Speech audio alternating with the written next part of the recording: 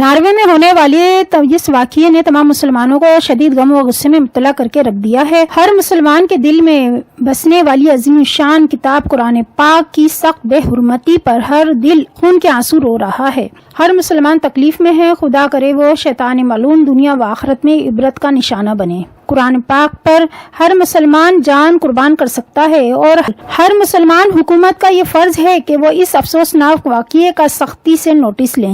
Norway 5 million لوگوں کا ملک ہے جو خود کو سیکولر کہتے ہیں۔ سیکولر ایسے ملک کو کہتے ہیں جس ملک کے اندر ہر طرح سے ریلیجس کی آزادی ہو، ہر مذہب والے لوگ آرام سے وہاں رہ سکیں۔ لیکن اس افسوسناک واقعے نے ان کے چہروں سے نقاب اتار دیے ہیں اور ان کا مسلمانوں کے لیے نفرت و بغض کھل کر سامنے آ گیا ہے۔ یہ لوگ اس بات سے واقف ہیں کہ دین اسلام اور اسلام سے جڑی ہوئی ہر شے تمام مسلمانوں کو اپنی جان سے زیادہ پیاری ہے۔ یہی وجہ ہے کہ یہ لوگ مسلمانوں کو تکلیف دینے سے باز نہیں آتے۔ ناروے میں اس سے پہلے بھی مسلمانوں پر اٹیک ہو چکے ہیں۔ ناروے میں ایک شخص نے 77 مسلمانوں کو قتل کر دیا تھا۔ اس کے بعد ناروے کے مشہور شہر کی مسجد پر اٹیک کیا گیا، لیکن 65 سالہ ایک بزرگ شخص نے اس حملے کو ناکام بنا دیا۔ 2018 میں بھی نبی پاک صلی اللہ علیہ وسلم کے خلاف معاذ اللہ خاکے شائع کیے گئے۔ اس پر تمام مسلمان ایک ہو گئے اور سب نے احتجاج کیا، لیکن صرف احتجاج سے کام نہیں چلے گا، ہمیں کچھ کر کے دکھانا ہے۔ ناروے میں 2 لاکھ سے زیادہ مسلمان آباد ہیں۔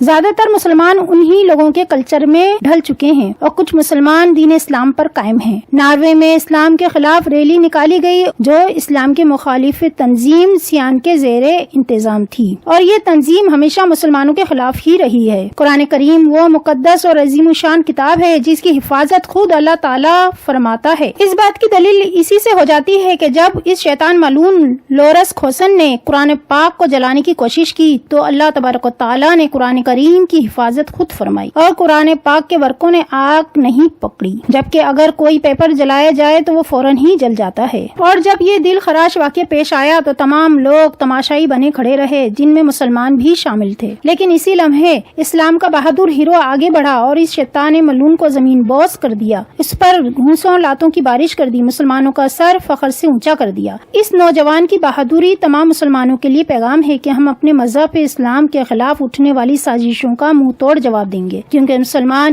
ایسے شیطانوں سے ڈرنے والے نہیں، ایسے شیطانوں کا مقابلہ کرنا اچھی طرح جانتے ہیں اور کرتے بھی ہیں اور ہمیشہ کرتے رہیں گے۔ مسلمانوں کو مذہبی طور پر ہراساں کیا جاتا رہا ہے اور جب مسلمان اس کا جواب دیتے ہیں تو غیر مسلم غیر مذہب اس کو دہشت گرد کا لقب دیتے ہیں اور پوری دنیا کو بتایا جاتا ہے کہ مسلمان سب سے بڑے دہشت گرد ہیں۔ لیکن مسلمانوں کو اس لقب سے، اس جھوٹے الزام سے کوئی فرق نہیں پڑتا۔ اللہ رب العزت دین اسلام کی اور تمام مسلمانوں کی حفاظت فرمائے اور ایسے شیطان ملعون کو ان کے انجام تک پہنچائے۔